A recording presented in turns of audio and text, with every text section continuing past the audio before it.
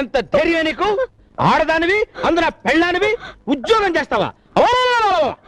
అసలు నీకు ఈ లత్కూర్ ఐడియా ఇచ్చిన థర్డ్ పార్టీ ఎవరు? ఎవరు ఎవరు? కొత్తగా మన పక్కింట్లోకి ఎంట్రీ ఇచ్చిన బేబీయా?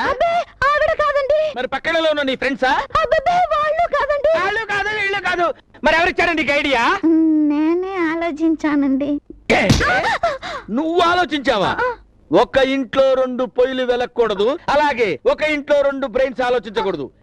ఈ బ్రెయిన్ ఆలోచించాలి, ఈ బ్రెయిన్ తల దించాలి. దించు. ఎత్తు.